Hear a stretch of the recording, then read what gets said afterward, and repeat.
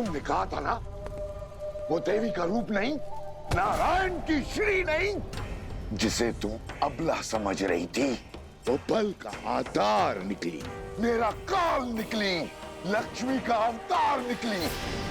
क्यों क्यों भेजा था तुमने मुझे उसके समक्ष? क्यों? तो मृत्यु का भय हो रहा है, जिस सीता के कारण मैंने अपना पुत्र, अपना भाई, अपने भतीजे, या तक कि संपूर्ण कुल को खो दिया, अपने सम्मान की आहुति दे दी। यदि उस सीता को मिटाने के लिए मुझे अपना अंत करना पड़ा, तो मैं उसके लिए सज्ज हूं। क्रोध उचित है, किंतु अत्यधिक आत्मविश्वास उचित नहीं। जो भूल दशानंद रावण ने की, वो सहस्त्र मुख रावण नहीं करेगा। तुम्हारी बातों में आकर मैंने सीधा अपनी मृत्यु को ललकार लिया। इसका अर्थ है कि मेरे पास अधिक समय शेष नहीं है। कहीं वो श्राप सत्य न सिद्ध हो जाए। भैया, यदि आपकी मृत्यु समक्ष है, यदि समय कम है, तो हमें क्षण क्षण का सदुपयोग करना होगा, और विजय का वो क्षण आज की रात्रि है। आज की रात्रि? एक रात्रि में भला क्या हो जाएगा? आपके पास कोई योजना है? शीघ्र ही लवकुश अपनी माता को सब सत्य बता देंगे, और यदि सीता को राम और अश्वमेध युद्ध के बारे में पता चल गया ना, तो अभी तक के हमारे सारे प्रयास, सारी योजनाएं मिट्टी में मिल जाएंगी भैया।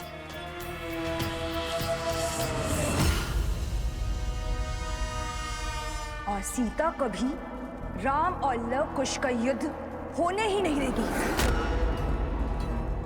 और यदि राम को सब सत्य पता चल गया, तो वो इस द्वंद्व से पीछे हट और उन्हें अपनाने के लिए वो आगे बढ़ जाएगा।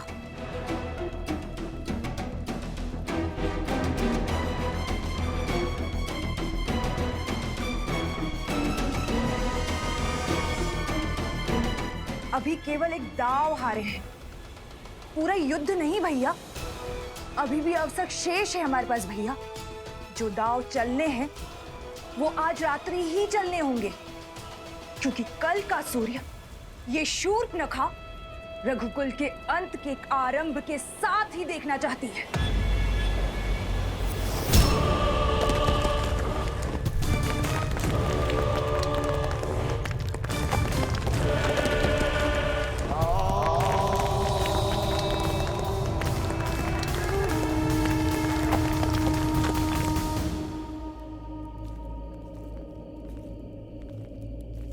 समझे कुश, माता ने क्या कहा?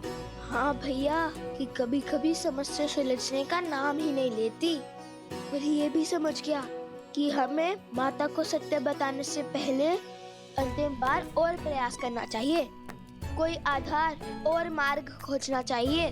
वो आधार जो समस्या के आज में नहीं, बीते हुए कल से जुड़ा हो। क्या बात है भैया, बड़े बुद्धिमान है आप, बिना बताए समझ गए।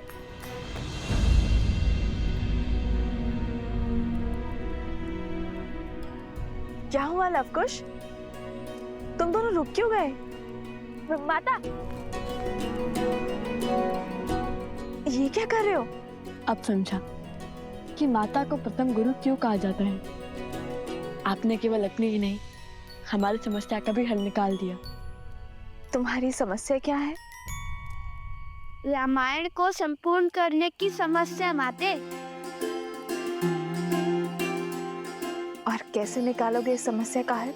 कैसे करोगे रामायण को पूर्ण? वो तो हम भी नहीं जानते, किंतु इतना अवश्य पता चल गया है कि हमें समस्या का आधार खोजना होगा। वो हम अवश्य खोज के रहेंगे।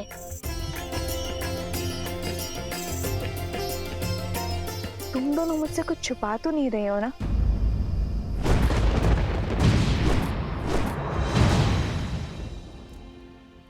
क्या किया है तुम दोनों ने? आपको हमारी सौगंध है माता, जब तक हम रामायण संपूर्ण ना कर ले, आप हमसे इस संदर्भ में कोई भी प्रश्न नहीं करेंगी। किंतु परंतु कुछ नहीं माता, हमारा उद्देश्य रामायण की संपूर्ति है और आप भी वही चाहती है ना कि भविष्य में कोई रामायण पर, श्री राम पर प्रश्न ना उठाए।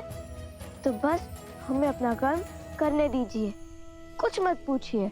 विचित बड़ा है नियति का पारायण, राम के सुत चले करन पूरी रामायण।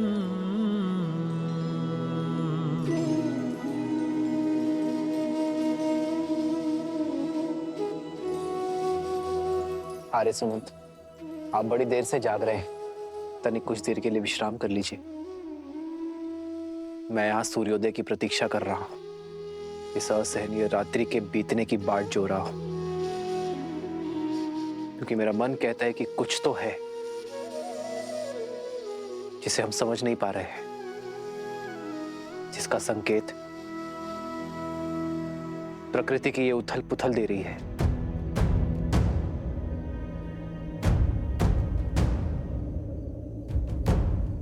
उन बालकों ने कहा कि उनकी माता वन देवी है।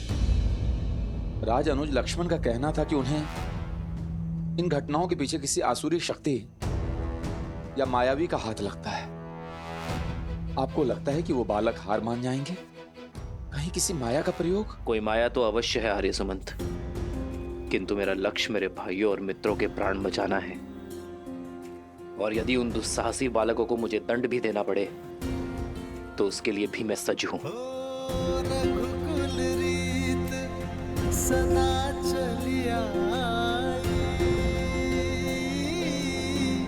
प्राण जाए पर वचन न जाए।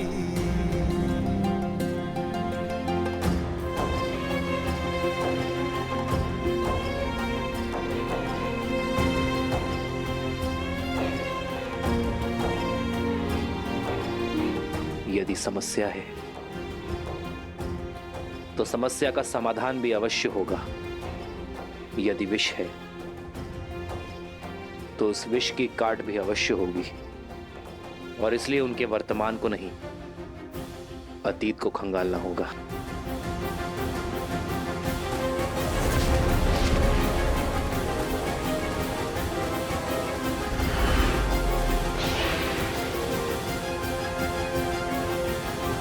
आर्य सुमंत, सर्वप्रथम हमें घायलों को बचाना होगा।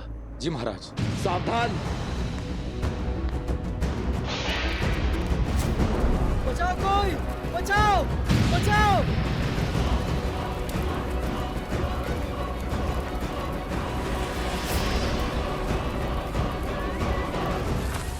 सैनिकों शीघ्र करो। आप लोग शीघ्र भाग जाइए। मित्र, आर्य सुमंत,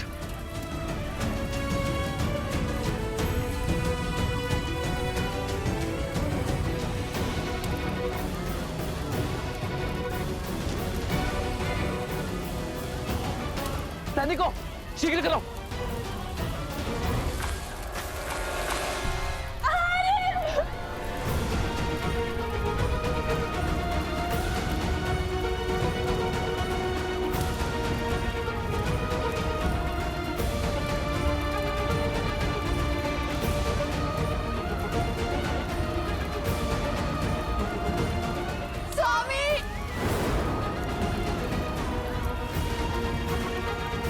वैद्यराज,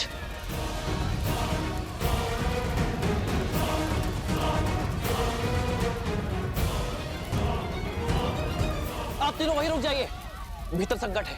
हम नहीं रुक सकते जयश्री। नहीं, उर्मिला, श्रुति, नहीं। ये निवेदन नहीं, आदेश है। मैं अपने भाइयों को कुछ नहीं होने दूंगा, मुझ पर विश्वास रखिए।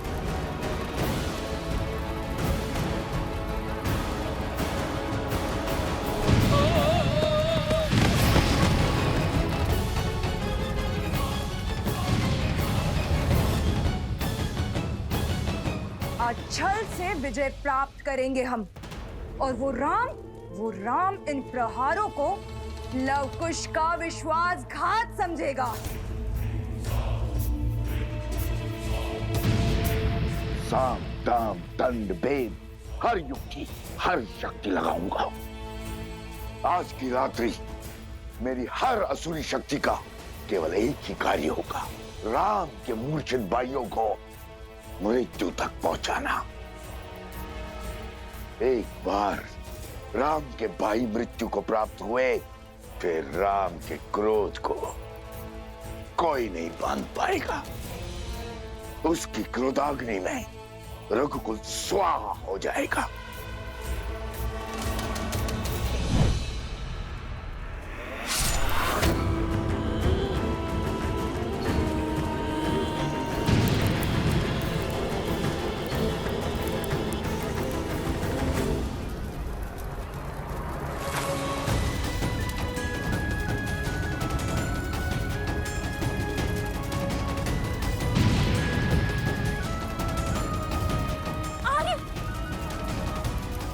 शीघ्र करो, इन्हें नदी के तट पे ले जाओ।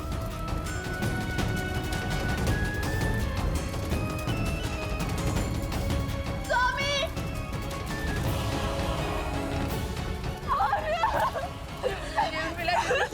मत जाइए, रुक जाओ, मेरे पति है माँ। नहीं उर्मिला, भाई मैं भक्ति को मत बिसराओ, विश्वास रखो श्री राम पर, वो अपने भाइयों को कुछ नहीं होने देंगे। लक्ष्मण,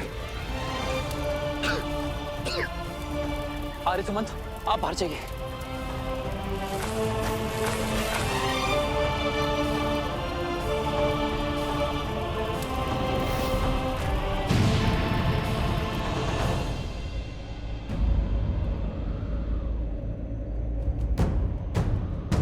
प्रभु, मेरे प्रभु पर संकट।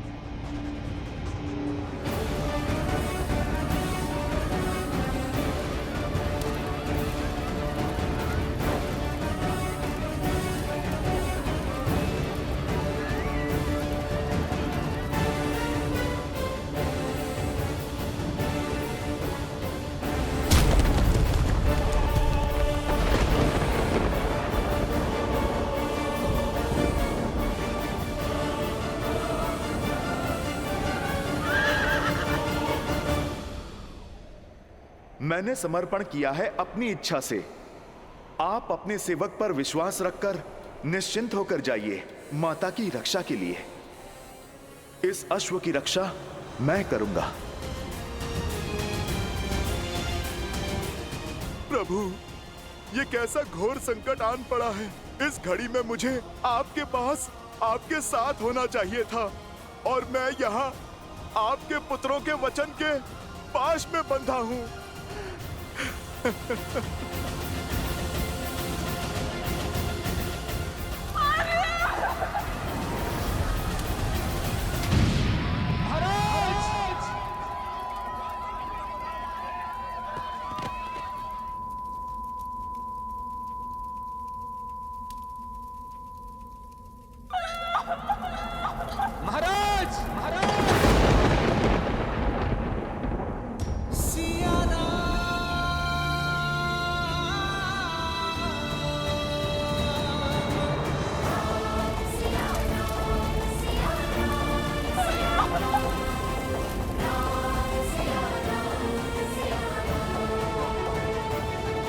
क्या हुआ माता, सब ठीक तो है ना?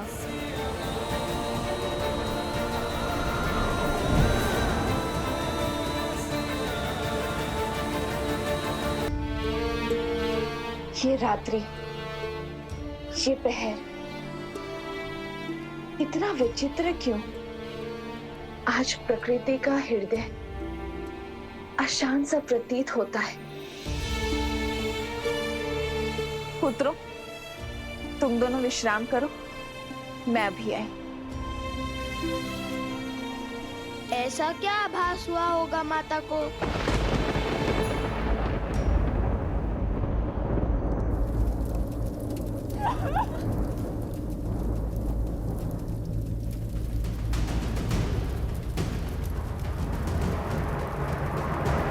श्री रामचंद्र कृपा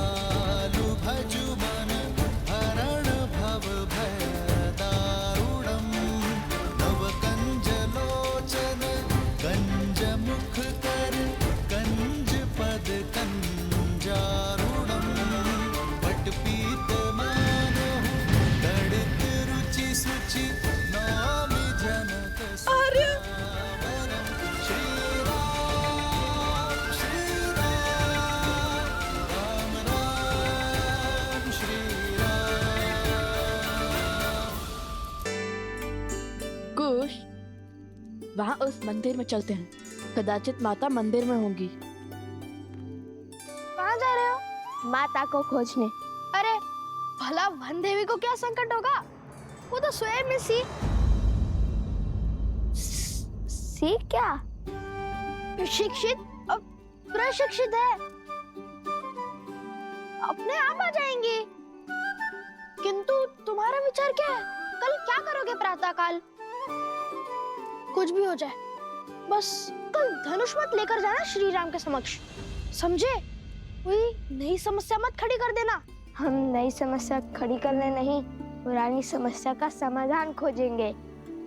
और अस्त्र त्यागना समाधान नहीं है। श्री राम से हार कर भी नहीं समझे कि उनसे कोई नहीं जीत सकता। ऐसा क्या समाधान खोज लोगे तुम? देवी सीता। हाँ, वही तो है श्री राम से जुड़ी हर समस्या का समाधान। उनके अतीत से जुड़ी एक कड़ी। और जैसा कि माता ने कहा है, हमें एक अंतिम प्रयास करना होगा देवी सीता को खोजने का।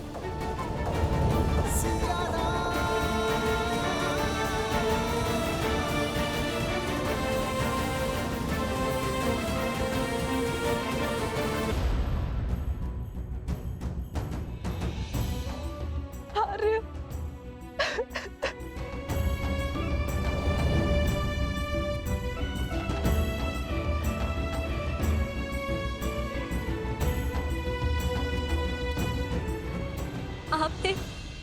आपने इस मायावी अग्नि में एक भी प्राण दान नहीं होने दिया। आपने अपने प्राणों की चिंता किए बिना ही अपना धर्म निभाया है। आपका आभार महाराज।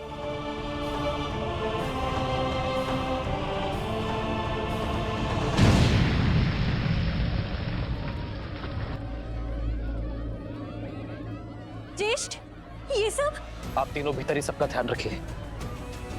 बचाव हो चुका है, अब प्रहार का समय है। आर्य सुमंत, मेरा धनुष लाइए।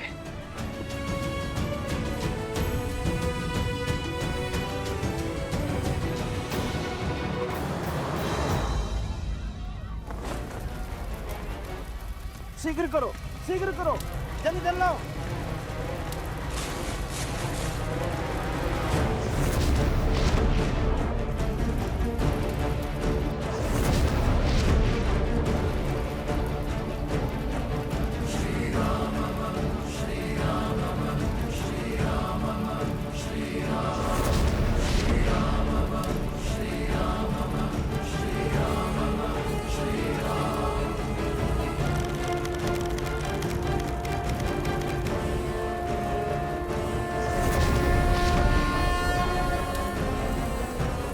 जलास्त्र।